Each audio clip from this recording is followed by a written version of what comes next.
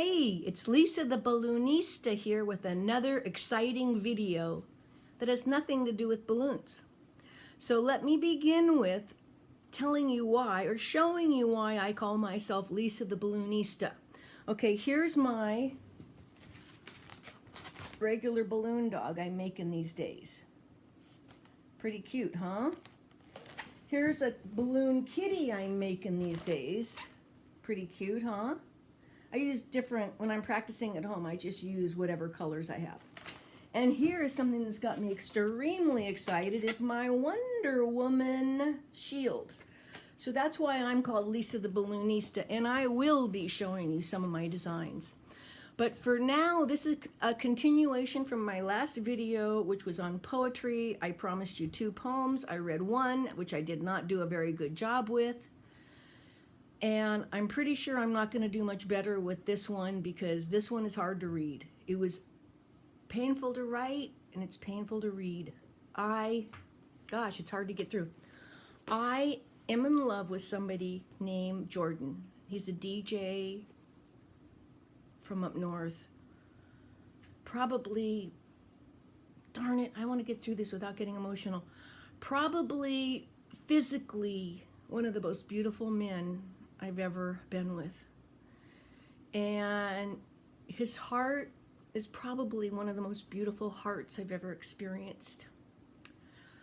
But his soul is like fire, and it runs free and it moves free. And like that, what I would have called stupid expression, if you really love something, let it go. And if it comes back to you, you know it was meant to be. Well, I don't know if Jordan ever left or will ever come back. We see each other once or twice a month. We call ourselves best friends. And I wrote this poem for him last week. I don't know that I could live with him again, but the love I feel for him is so powerful because I really never experienced this kind of a beautiful human being. I know somebody who said to me, once you go hippie, you'll never go back. And maybe. I don't know. Love that damn hippie. So anyway, I wrote him a poem the other day. I was feeling real sad and maudlin. Now, you know, I write these in a couple hours before group. And so sometimes when I find a line I really like and I can't get away from it. And, well, anyway, let me just read it and quit qualifying. Okay, this is called On the Town Date Night. Images like arrows fly by, sizzling through the air, making me cry, lonely in despair. So I hunch down, passing through this lonely town. Fellows in jackets and ladies in tights walk hand in hand towards the brightly lit lights, yet no one can see what was once me, now sustaining myself on your memory.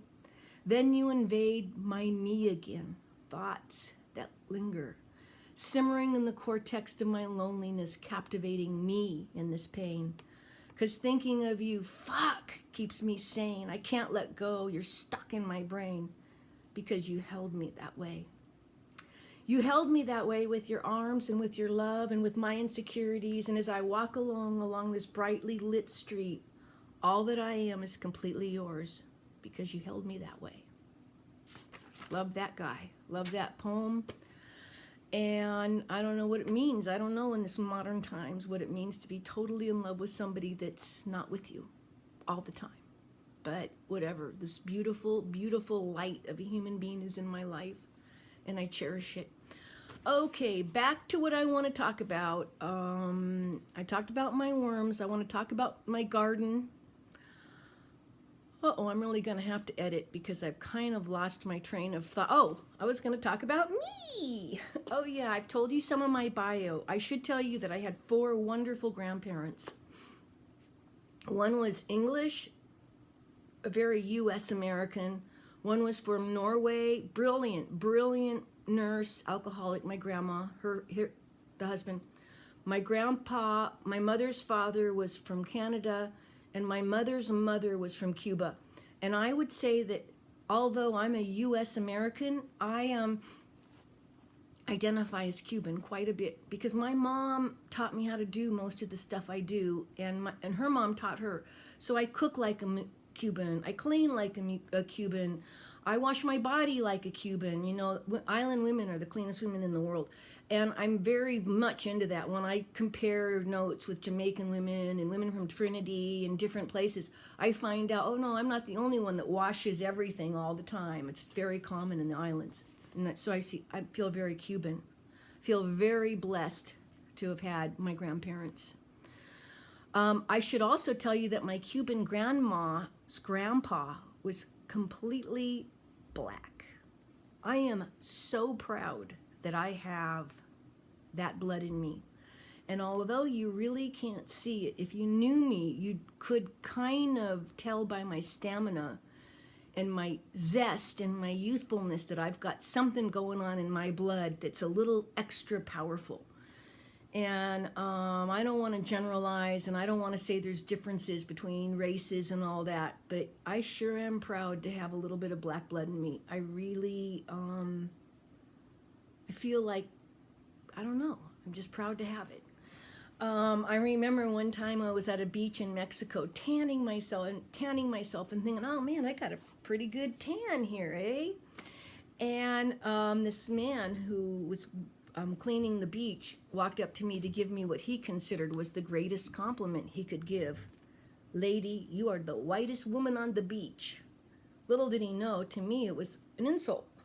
Oh, thank you very much. How kind of you. I'm like, oh no, more oil. Can't we get some of that? Can't we darken this girl up a bit? But I've learned to love myself and I've learned to accept myself, especially in the light of this presidency with Trump and all that. We've got some serious issues, and what color I am isn't very important. What's important is how we act and how we treat each other and how we live and what we're doing, you know. And I'm totally into my composting. I feel like I'm kind of just